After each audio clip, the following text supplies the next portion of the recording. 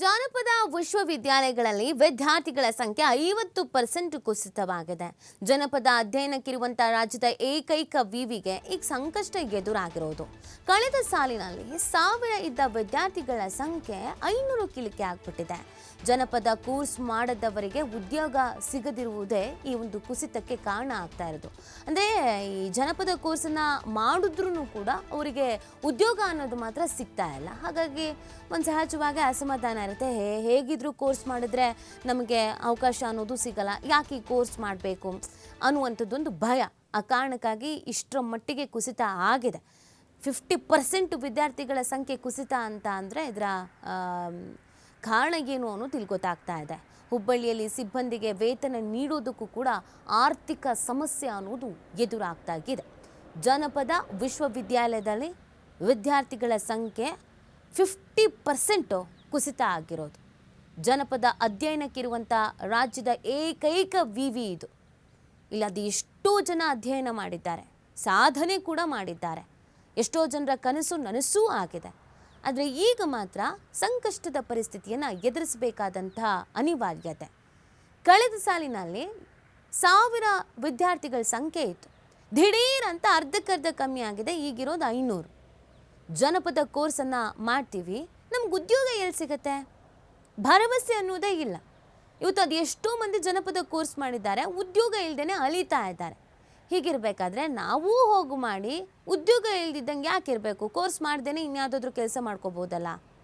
ಎಲ್ರೂ ಓದುವಂಥದ್ದು ಕೆಲಸ ಸಿಗಲಿ ಅಂತ. ಬಟ್ ಇಲ್ಲ, ಅದಿಲ್ಲ ಅಂತಂದ್ಮೇಲೆ ನಾವು ಯಾಕೆ ಸೇರಬೇಕು ಅನ್ನೋ ಮನಸ್ಥಿತಿಗೆ ಬಂದಂಗಿದೆ ಎಲ್ರೂ. ಈ ಬಗ್ಗೆ ಮತ್ತಷ್ಟು ಮಾಹಿತಿಯನ್ನು ನೀಡ್ತಾರೆ ನಮ್ಮ ಪ್ರತಿನಿಧಿ ಯಲ್ಲಪ್ಪ. ನಿಜವಾಗ್ಲೂ ಇದು ಬೇಸರದ ಸಂಗತಿ. ಒಂದು ಕಾಲದಲ್ಲಿ ಇಲ್ಲಿ ಅದು ಎಷ್ಟೋ ವಿದ್ಯಾರ್ಥಿಗಳು ಓದಿದ್ದಾರೆ, ಜೀವನ ಕಟ್ಕೊಂಡಿದ್ದಾರೆ. ಬಟ್ ಇವತ್ತು ನೋಡಿದ್ರೆ ಆರ್ಥಿಕ ಸಮಸ್ಯೆಯಿಂದ ಬಳಲ್ತಾ ಇದೆ, ವಿದ್ಯಾರ್ಥಿಗಳಿಲ್ಲ. ಯಾಕೆ ಹೀಗಾಗ್ತಿದೆ ಅಂದರೆ ನಿರ್ಲಕ್ಷ್ಯಕ್ಕೊಳಗಾಯಿತು ಅಥವಾ ಇದರ ಬಗ್ಗೆ ಹೆಚ್ಚಿನ ರೀತಿಯಾದಂಥ ಅರಿವು ಮೂಡಿಸುವಲ್ಲಿ ಸಮಸ್ಯೆ ಆಯಿತು, ಏನಾಯಿತು ಅಂತ? ನಿಜವಾಗಿಯೂ ಕರ್ನಾಟಕ ಅಂದ್ರೆ ಜಾನಪದ ಕಲೆಗಳ ಖನಿಜ ಅಂತ ಕರಿತೀವಿ. ಇಂತಹ ಜಾನಪದ ಕಲೆಗಳ ಒಂದು ಅಧ್ಯಯನಕ್ಕೆ ವಿಸ್ತೃತವಾದಂತಹ ಒಂದು ನೆಲೆಗಳನ್ನ ಒದಗಿಸುವಂತಹ ಮಹತ್ವಾಕಾಂಕ್ಷೆಯಿಂದ ಈ ಹಿಂದ್ಗಡೆ ಯಡಿಯೂರಪ್ಪನವರು ಮುಖ್ಯಮಂತ್ರಿ ಇದ್ದಾಗ ರಾಜ್ಯದಲ್ಲಿ ಒಂದು ಜಾನಪದ ವಿಶ್ವವಿದ್ಯಾಲಯನ ಮಾಡಬೇಕು ಅಂತೇಳಿ ಕನಸನ್ನ ಕಟ್ಟಿಕೊಂಡು, ಅದು ಇಲ್ಲಿ ಅಂದ್ರೆ ಉತ್ತರ ಕರ್ನಾಟಕ ಭಾಗದು ಮತ್ತು ಮಧ್ಯ ಕರ್ನಾಟಕ ಭಾಗ ಮತ್ತು ಮೈಸೂರು, ಹಳೆ ಮೈಸೂರು ಕರ್ನಾಟಕ ಭಾಗ ಏನು ಭಾಗ ಅಂತ ಏನು ಕರಿತೀವಿ, ಒಟ್ಟಾರೆ ಅಂದ್ರೆ ಬೆಂಗಳೂರು, ಮಂಗಳೂರು ಈ ಭಾಗದ ಜನರಿಗೂ ಅನುಕೂಲವಾಗಲಿ ಅಂತೇಳಿ ಮಧ್ಯ ಕರ್ನಾಟಕ ಭಾಗದಲ್ಲಿ, ಅದರಲ್ಲಿ ಇಲ್ಲಿ ಅಂತಂದ್ರೆ ಒಂದು ಹಾವೇರಿ ಜಿಲ್ಲೆಯ ಶಿಗ್ಗಾಂವ್ ಬಳಿ ಇಲ್ಲಿ ಅಂತಂದ್ರೆ ಒಂದು ಜಾನಪದ ವಿಶ್ವವಿದ್ಯಾಲಯನ ಮಾಡಿದ್ರು. ಆದ್ರೆ ಜಾನಪದ ವಿಶ್ವವಿದ್ಯಾಲಯದಲ್ಲಿ ಈಗಾಗಲೇ ಅಂತಾರೆ ಒಟ್ಟು 16 ಸ್ನಾತಕೋತ್ತರ ವಿಭಾಗಗಳು ನಡೀತವೆ. ಆ ಸ್ನಾತಕೋತ್ತರ ವಿಭಾಗದಲ್ಲಿ ಮೊದಲಿಗೆ ಇಲ್ಲಿ ಅಂದ್ರೆ 1000 ವಿದ್ಯಾರ್ಥಿಗಳು ವಿದ್ಯಾಭ್ಯಾಸ ಮಾಡ್ತಾ ಇದ್ರು. ಆದ್ರೆ ಈಗ ಇಲ್ಲಿ ಅಂದ್ರೆ ಅರ್ಧದಷ್ಟು ಸಹ, ಯಾಕಂದ್ರೆ ವಿಶ್ವವಿದ್ಯಾಲಯ ಕಳೆದು ಕಟ್ಟಿ ಈಗಾಗಲೇ ಅಂದ್ರೆ ಆರಂಭವಾಗಿ 13 ವರ್ಷ ಕಳೆದಿವೆ. 13 ವರ್ಷ ಕಳೆದಾಗ ಇಲ್ಲಿ ಅಂದ್ರೆ ಪ್ರಾರಂಭದಲ್ಲಿ ನೋಡಿದಾಗ ಈ ಒಂದು 16 ವಿಭಾಗಗಳಲ್ಲಿ 1000ಕ್ಕೂ ಹೆಚ್ಚು ವಿದ್ಯಾರ್ಥಿಗಳು ವಿದ್ಯಾಭ್ಯಾಸ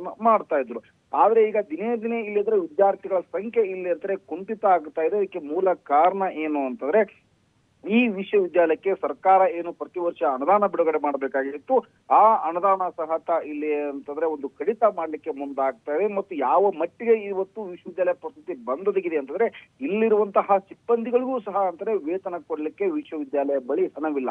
ಹೀಗಾಗಿ ಇಲ್ಲಿ ಅಂದ್ರೆ ಸಿಬ್ಬಂದಿಗಳು ಸರಿಯಾದ ರೀತಿಯಂತ ಅದರಲ್ಲಿ ಇಲ್ಲಿ ಅಂದ್ರೆ ಸಿಬ್ಬಂದಿಗಳು ಸರಿಯಾದ ರೀತಿ ಅಂತಂದ್ರೆ ಆ ಕಾಲೇಜ್ಗೆ ಬರುವುದಿಲ್ಲ. ಆ ವಿದ್ಯಾರ್ಥಿಗಳಿಗೆ ಏನು ಇಲ್ಲಿ ಅಂತಂದ್ರೆ ಅದು ಸ್ನಾತಕೋತ್ತರ ಏನು ಪದವಿಯನ್ನ ಪಡಿಬೇಕು, ಆ ವಿದ್ಯಾಭ್ಯಾಸ ಮಾಡಬೇಕು, ಇಲ್ಲಿ ಅಂದ್ರೆ ಆ ವಿದ್ಯಾರ್ಥನೆ ಮಾಡಬೇಕು, ಆ ವಿದ್ಯಾರ್ಥನೆ ಮಾಡುವಂತಹ ಸಿಬ್ಬಂದಿಗಳು ಇಲ್ಲಿದ್ರೆ ಕಾಲೇಜಿಗೆ ಬರುವುದಿಲ್ಲ. ಹೀಗಾಗಿ ನಾವ್ಯಾಕೆ ಅಲ್ಲಿ ಹೋಗಿ ಅಡ್ಮಿಷನ್ ಮಾಡಿಸ್ಬೇಕು? ಕೇವಲ ಕಾಟಾಚಾರಕ್ಕೆ ಅಡ್ಮಿಷನ್ ಮಾಡಿಸ್ಬೇಕು ಆ ರೀತಿ ಇದೆ. ಇಲ್ಲಿ ಯಾವುದೇ ರೀತಿಯಂತಹ ಸರಿಯಾದ ರೀತಿಯಂತಹ ವಿದ್ಯಾಭ್ಯಾಸ ನಮ್ಗೆ ಸಿಗೋದಿಲ್ಲ.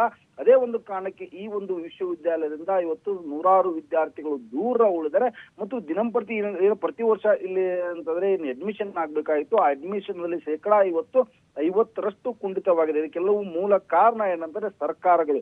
ಯಾಕಂದ್ರೆ ಇಲ್ಲಿವರೆಗೂ ಏನು ಸರ್ಕಾರ, ಯಾಕಂದ್ರೆ ವಿಶ್ವವಿದ್ಯಾಲಯ ಪ್ರಾರಂಭವಾಗಿ 13 ವರ್ಷ ಕಳೆಯಿತು. ಪ್ರಾರಂಭದಲ್ಲಿ ಇಲ್ಲಿ ಅಂತಾರೆ ಅನುದಾನ ಬಿಡುಗಡೆ ಮಾಡ್ತು. ಅಲ್ಲಿಂದ ಇಲ್ಲಿವರೆಗೆ ಪ್ರತಿ ವರ್ಷ ಕೇವಲ ಕಾಟಾಚಾರಗಳಿಗೆ ಇಲ್ಲಿ ಅಂತಾರೆ ಅಲ್ಪ ಸ್ವಲ್ಪ ಇಲ್ಲಿ ಅಂತಂದ್ರೆ ಯಾಕೆ ಅಲ್ಪ ಸ್ವಲ್ಪ ಅನುದಾನವನ್ನ ಬಿಡುಗಡೆ ಮಾಡುತ್ತೆ. ಅನುದಾನ ಬಿಡುಗಡೆ ಮಾಡಿದಾಗ ಇಲ್ಲಿ ಅಂದ್ರೆ ಅಲ್ಲಿ ಅಭಿವೃದ್ಧಿ ಆಗುವುದಿಲ್ಲ, ವಿಶ್ವವಿದ್ಯಾಲಯ ಅಭಿವೃದ್ಧಿ ಆಗುವುದಿಲ್ಲ, ಸಿಬ್ಬಂದಿಗಳಿಗೆ ವೇತನ ಕೊಡ್ಲಿಕ್ಕೆ ಹಣ ಇಲ್ಲ. ಹೀಗಾಗಿ ಅದರ ನಡುವೆ ಅಂದ್ರೆ ವಿದ್ಯಾರ್ಥಿಗಳಿಗೆ ಸರಿಯಾದಂತಹ ಒಂದು ವಿದ್ಯಾಭ್ಯಾಸ ಸಿಗ್ತಲ್ಲ. ಹೀಗಾಗಿ ವಿದ್ಯಾರ್ಥಿಗಳು ಈ ಒಂದು ವಿಶ್ವವಿದ್ಯಾಲಯದಿಂದ ದೂರ ಉಳಿಸಿದ್ದಾರೆ. ನೀತಿ. ಓಕೆ, ಥ್ಯಾಂಕ್ ಯು ಯಲ್ಲಪ್ಪ ತಮ್ಮೆಲ್ಲ ಡೀಟೇಲ್ಸ್ಗಾಗಿ.